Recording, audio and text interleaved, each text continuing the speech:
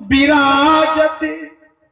सीता मूर्तिमती शांति स्वरूपा है। बैराग संदीपनी में गोस्वामी जी ने लिखा, ज्ञान को भूषण ध्यान है, ध्यान को भूषण त्याग, त्याग को भूषण शांति पद, तुलसी अमल अदा। जीवन का उद्देश्य क्या? शांति, शांति। और सीता महारानी क्या है? तो बालकांड में गोस्वामी जी ने लिखा, आदि शक्ति जेहि जग उपजाय। सीता महारानी आदि शक्ति, जगत जननी, जगदम्बा है। और हमारे मन की छलांगे यदि जगदम्बा के चरणों की प्राप्ति करा दे तो इससे सुंदर सार्थक छलांग और क्या। छलांग लगाने के पूर्व व्यक्ति जितनी ऊंचाई पर चढ़ेगा छलांग उतनी लंबी लगेगी। हनुमान जी छलांग लगाने के लिए एक पर्वत शिखर का आश्रय लेते और सज्जनों गोस्वामी जी ने सर्वप्रथम उस पर्वत के लिए सुंदर शब्द का प्रयोग, जिस पर से छलांग लगाते वो पर्वत कैसा है? सिंधु तीरा एक भूधर सुंदर।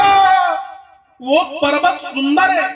सुंदरकांड का नाम सुंदरकांड के ऊपर सुंदर है। सुंदरकांड का नाम सुंदरकांड इसलिए पड़ा क्योंकि सुंदरकांड में सुंदर सुंदरी सीता, सुंदरे सुंदरी कथा, सुंदरे सुंदरी वार्ता, सुंदरे किमना सुंदरम। सुंदरकांड में सीता जी सुंदरी, सुंदरकांड में सुंदर कथा है, सुंदरकांड में सुंदर वार्तालाप है, अर्थात सुंदरकांड में क्या सुंदर है। लेकिन आप लोग सीता जी को सुंदरी कहेंगे तो ये राम जी को ठीक नहीं लगता।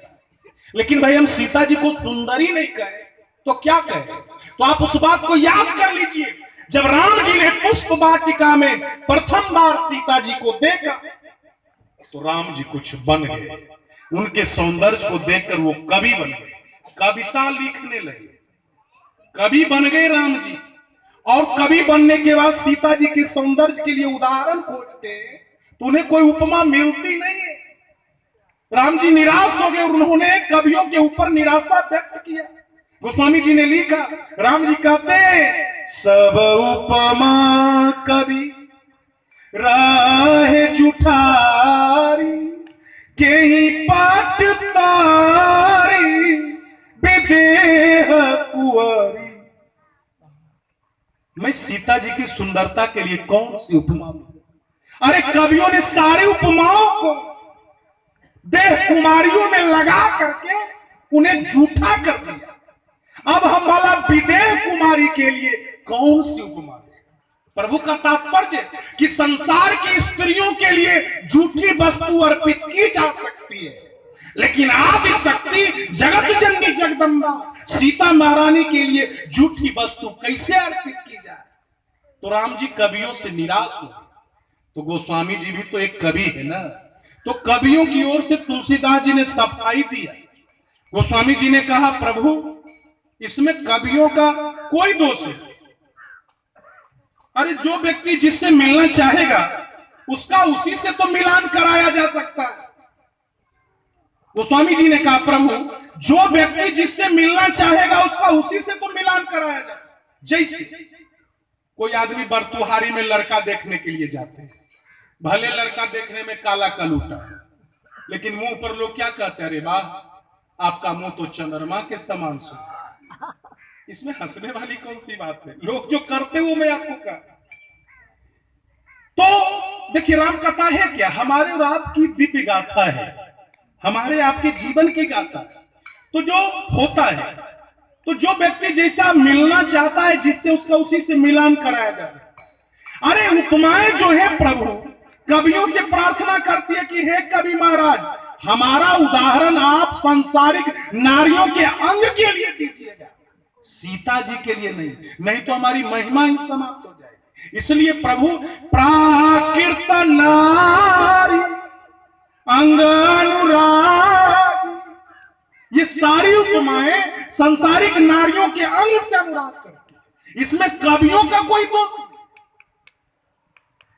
तो राम जी यदि चाहते तो कह सकते थे सीता अद्वितीय सुंदर, लेकिन राम जी ये नहीं कहते कि सीता अद्वितीय सुंदर। तो राम जी क्या कहते हैं? राम जी कहते हैं सुंदरता कौन सुंदर करई छवि गृह दीप शिखा जनु बरई। सीता महारानी सुंदरता को भी सुंदर बनाए। अब जरा ध्यान दीजिए, सुंदरता को सुंदर बना, इसका क्या मतलब? कुरूप को सुंदर बना देना ये तो दिमाग में अटता है। किसी आदमी का आज शादी विवाह तय होता है तो काला आदमी शहर में जाकर के पेंट करवा दे, आदमी गोरा हो जाता है 1 महीना के लिए 2 महीना के पेंट की व्यवस्था है। जैसे मकान को नहीं पेंट किया जाता, आदमी भी आजकल पेंट करवा देता, तो अच्छा खासा काला आदमी भी गोरा हो जाता है कुछ दिन की बात। तो कुरूप को सुंदर बना देना ये समझ में आती है, लेकिन सुंदर को सुंदर बना देना इसका क्या मतलब? सीता महारानी सुंदरता को सुंदर बनाने वाली। तो जब साक्षात सुंदरता महारानी सीता जी को देखती है तो सुंदरता महारानी सीता जी के चरणों में गिर जाती है और प्रार्थना करती है कि मुझ में अवगुण है। संसार में लोग मुझे निमंत्रण देते कि आकर के अपनी कमी को दूर कर लीजिए, लेकिन मुझे पता है कि मुझ में अवगुण है, इसलिए आप मुझे स्वीकार नहीं कर। तो राम जी ने कहा ओ सीते सुंदरता कौन सुंदर करई छवि गृह दीप शिखा जनु बरई। और जो ही राम जी ने कहा ना, तो ही सीता महारानी सुंदरता के सारे दोषों को दूर करके साक्षात सुंदरता महारानी को अपने चरणों में स्वीकार। तो गोस्वामी जी जब लिख रहे थे ना, बरबई रामायण जब लिख रहे थे, बरबई रामायण जब गोस्वामी जी लिख रहे थे तो एक व्यक्ति आकर के कहता तुलसीदास जी सीता जी के सुंदरता के लिए कोई उदाहरण दीजिए, कोई उपमा दीजिए। तो गोस्वामी जी कहते हैं कोई उपमा सूझ ही नहीं रही, मैं सीता जी के लिए सुंदरता के लिए कौन सी उपमा दूं? तो व्यक्ति कहता साहित्य में सुंदरता के लिए बहुधा चंपे की उपमा दी जाती है, आप भी लिख दीजिए सीता जी के शरीर का रंग चंपे की तरह। गोस्वामी जी कहते तुम ठीक कहते। एक बार सखियों ने सीता जी के गले में चंपे की माला डाल दिया तो प्रारंभ में यह पहचानना असंभव हो गया कि सीता जी के गले में कोई माला भी पड़ी, लेकिन कुछ ही देर के बाद अंतर पड़ गया ना, क्योंकि वो माला सूख